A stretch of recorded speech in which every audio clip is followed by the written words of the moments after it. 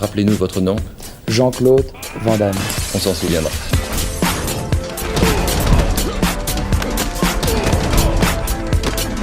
Van Damme Express.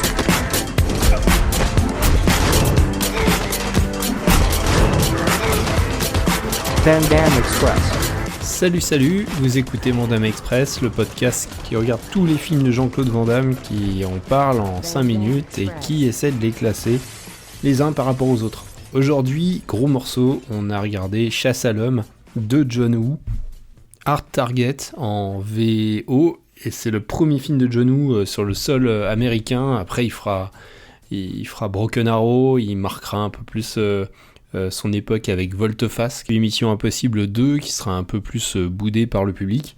Mais ici, il arrive avec Jean-Claude Van Damme sur ce Chasse à l'homme. On parlait des patronymes pas croyables de Jean-Claude. Dans celui-là, c'est exactement ça. Il s'appelle Chance Boudreau. Il joue un sans-abri de la Nouvelle-Orléans. Il va avoir besoin d'argent pour pouvoir travailler, pour pouvoir continuer à travailler, embarquer sur un bateau en tant que manœuvre. Et pour ça, il va accepter d'aider Natasha Binder, qui cherche son père, à découvrir le corps de son père. C'était un ancien militaire, et en fait, il a été éliminé par un gang qui organise des chasses à l'homme. Donc, on a Fouchon, qui est joué par Lance Henriksen. Le casting est assez chouette. Lance Henriksen, qu'on connaît bien pour la saga Alien par exemple, qui organise des chasses à l'homme. Donc des riches qui cherchent un peu d'adrénaline dans leur vie vont lui demander d'organiser pour des grosses sommes d'argent tout simplement des chasses à l'homme, comme dans les chasses du comte Zaroff. On poursuit quelqu'un, on lui dit ok, t'es libre si tu vas à tel endroit, puis on le poursuit armé juste pour le kiff de poursuivre et de tuer quelqu'un. Bon, alors forcément, ça va pas très bien se passer une fois que Jean-Claude découvre le poteau rose, mais parce que Jean-Claude a quand même un bon petit réseau sur place. Il y a une bascule au milieu du film où les forces de l'ordre, on comprend bien qu'elles sont tout à fait dépassées par les événements. On a même la flic principale qu'on suit qui se fait tuer en pleine rue. Et à partir de ce moment, Jean-Claude, son ami et puis tous ses amis, notamment un papy qui vit un peu dans la campagne, qui va les aider, un de ses amis, seront poursuivis par ce gang de chasseurs de chasseurs et seront poursuivis jusqu'à la fin du film. Alors on a un pur film de John Woo.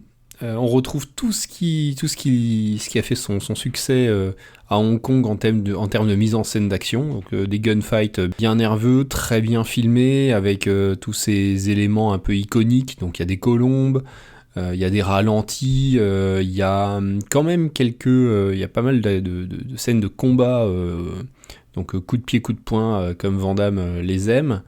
Il y a des scènes de poursuite à moto, il y a voilà, tout ça, tout ce qu'on aime chez John Woo, c'est ici. C'est plutôt virtuose, la photo, le découpage, le rythme, c'est vraiment la classe. On est dans le n'importe quoi, hein. Il y a des chargeurs qui contiennent 120 balles chacun, on est dans l'excès, et puis la scène de fin, donc dans le hangar à la fin, qui contient des grandes statues de carnaval. Alors là, on va vraiment mettre le paquet, le final est vraiment fantastique.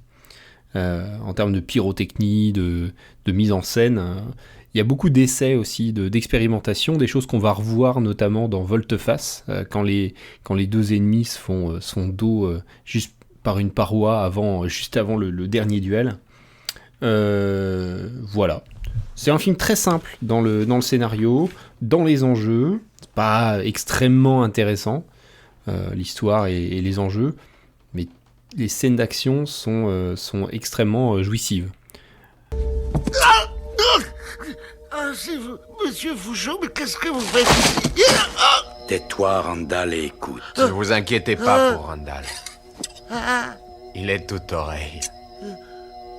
Quand monsieur Van Cleef vous a surpris hier avec vos invités, vous avez négligé de lui dire qu'il était venu enquêter à propos d'un de nos volontaires. Ça, c'était rien, monsieur Fouchon. Oh non, ce n'était pas rien, Randall.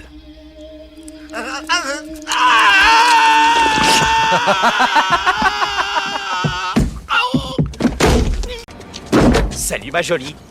Laissez-moi tranquille. Donne-moi ça. Ça te dirait un petit extra, chérie? Prends son pied.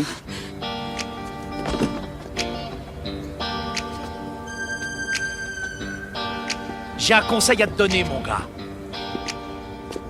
Je crois que c'est toi qui as besoin d'un conseil. Ça va aller. J'ai dit dégage.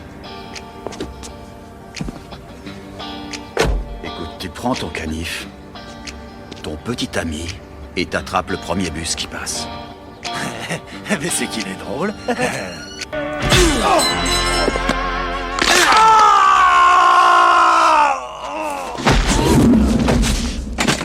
C'est une honte quand même.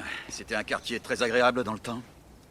Essayez d'être plus prudente quand vous sortez votre argent. En termes de notation, on va commencer par la note artistique, mais c'est extrêmement lié à la note bagarre. Comme vous l'avez compris, moi je lui ai mis une note artistique de 8. On est sur un film très soigné, qui est proche d'un film d'auteur. On est dans le sens où John Woo ne se fourvoie pas du tout. Il va le faire peut-être un peu plus sur les films suivants, où il va se faire un petit peu plus formaté par Hollywood, sans parler pas de Mission Impossible 2, qui est quand même très hybride. Là, on est dans un film très pur, avec beaucoup d'expérimentation, une grosse maîtrise du cadre, maîtrise du plan, maîtrise du rythme. C'est vraiment un très bon film artistiquement, pour peu que vous aimiez le genre film d'action hongkongais, bien sûr. Donc c'est un 8. Et pour la note bagarre, alors là c'est simple, c'est la note de 9, et je crois qu'on a la plus grosse note bagarre jusque-là. C'est un film qui s'arrête très peu, les scènes d'action sont toutes excellentes et vont même crescendo vers un niveau presque too much, mais on reste dans une virtuosité, et Jean-Claude Van Damme est totalement utilisé et est à son avantage. C'est la dernière fois où il y aura vraiment un artiste martial à sa disposition à Hollywood, même si Tom Cruise est pas ridicule, même Nicolas Cage et Travolta, on a eu Christian Slater également. Bon, c'est pas des artistes physiquement inintéressants, mais bon, là, il s'amuse bien avec Van Damme qui délivre. C'est un 9. Ça fait une note totale de 8,5. Je vais pas mettre de bonus JCVD, tout simplement parce que je trouve que 8,5 c'est vraiment une bonne note pour ce film. Et puis c'est plutôt un film de John Woo plus que de Jean-Claude Van Damme. On parlait du fait que Van Damme n'avait pas de grands films d'auteur à son actif. En fait, peut-être que Chasse à l'homme en est un, tout en étant quand même un John Woo assez mineur. Regardez le Syndicat du crime 1 et 2, une balle dans la tête, à toute épreuve, là vous avez même The Killer, j'oubliais The Killer. Là, on a des très grands John Woo, qui égalera peut-être presque volte-face sur certains points, mais Chasse à l'homme est quand même inférieur à tout cela. Ça reste pour l'instant le meilleur film de la filmo de Van Damme. Pour moi, je le place, il a égalité de points avec Kickboxer, je le place légèrement devant. Bien sûr, ça sera une question de goût. Voilà, on a un nouveau numéro 1 dans notre classement, donc l'occasion de se le refaire en partant du premier, donc Chasse à l'homme, suivi de Kickboxer, JCVD, Time Cop et Full Contact pour compléter le top 5. Voilà. Ensuite, on a Risque Maximum, Répliquant, donc Ringolam, voilà, Le Grand Tournoi, Légionnaire, Double Team, Piège à Hong Kong.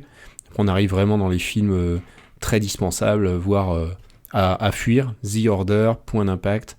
Et enfin, Black Eagle, L'Arme Absolue. Je sais pas s'il sera dépassé un jour celui-là, parce qu'il était vraiment extrêmement mauvais, voilà. On se retrouve dans 15 jours pour voir si ce numéro 1 sera détrôné ou si on va retourner dans le ventre mou du classement. Allez, salut, ciao.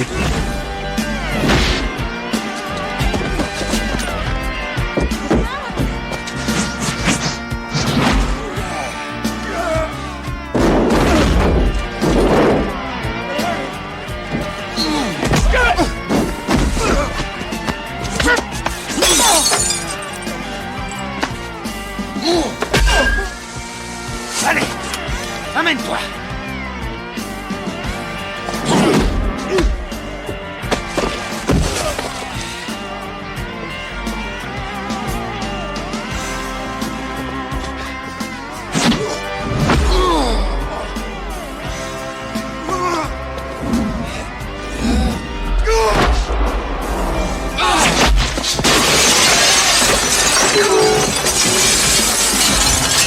Allez, viens ici. Van Damme Express.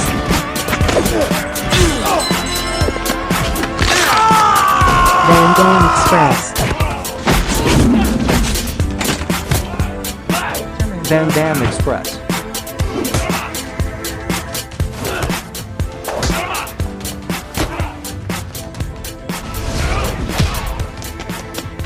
La route. Là où on va, on n'a pas besoin de route.